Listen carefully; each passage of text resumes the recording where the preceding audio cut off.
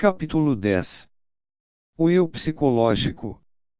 Esta questão do mim mesmo, o que eu sou, isso que pensa, sente e atua, é algo que devemos auto-explorar para conhecer profundamente. Existem por toda parte lindas teorias que atraem e fascinam, porém tudo isso de nada serviria se não nos conhecêssemos a nós mesmos. É fascinante estudar astronomia ou distrair-se um pouco lendo obras sérias, no entanto, chega a ser irônico converter-se num erudito e não saber nada sobre si mesmo, sobre o eu sou, sobre a personalidade humana que possuímos.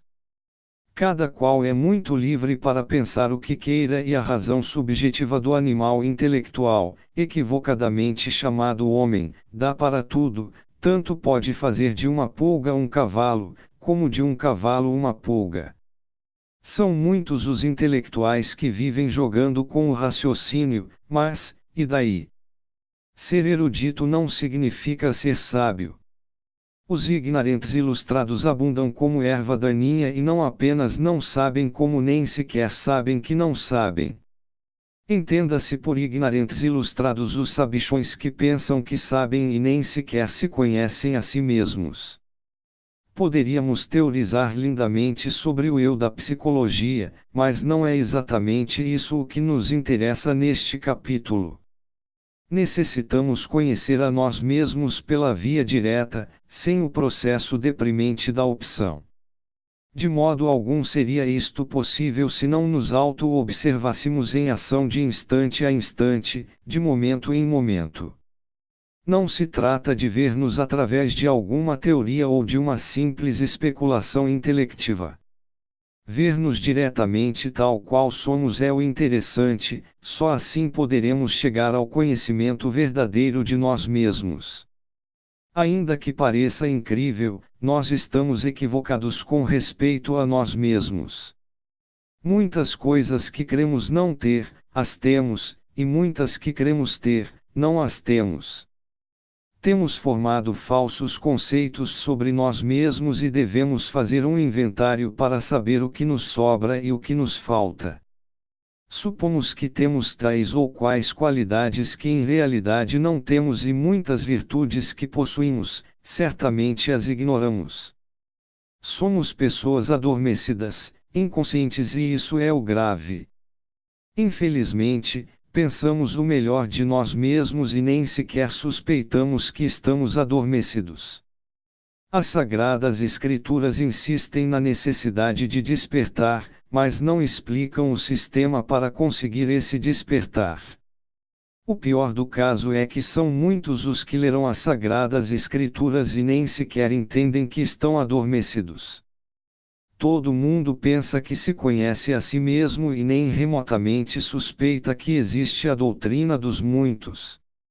Realmente, o eu psicológico de cada um é múltiplo, sobrevém sempre como muitos.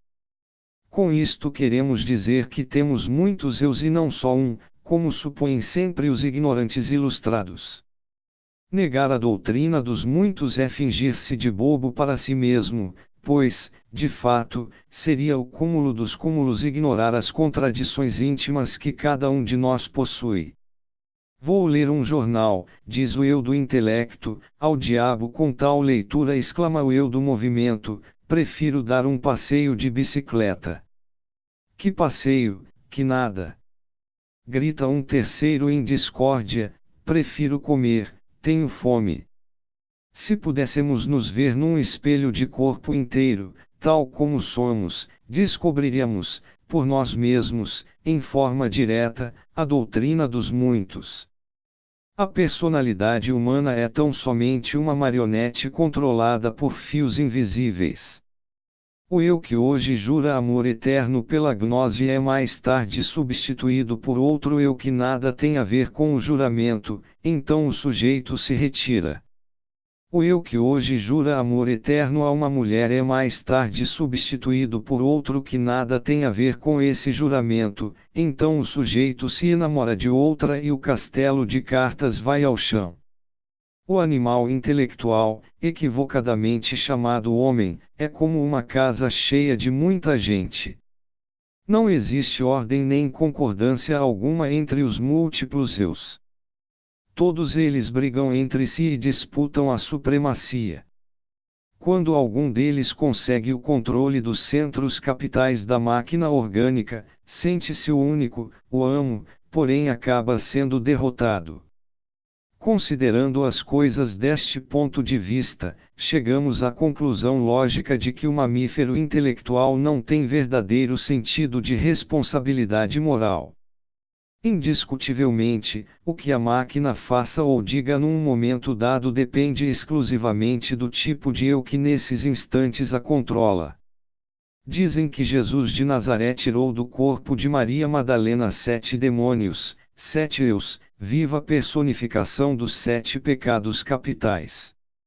É óbvio que cada um destes 7 demônios é cabeça de legião, daí devemos estabelecer, como corolário, que o Cristo íntimo pôde expulsar do corpo da Madalena milhares de eus.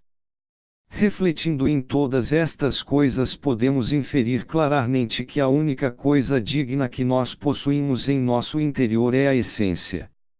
Infelizmente, a mesma encontra-se enfrascada entre todos estes múltiplos eus da psicologia revolucionária. É lamentável que a essência se processe sempre em virtude de seu próprio condicionamento. Indiscutivelmente, a essência, que é a mesma coisa que a consciência, dorme profundamente.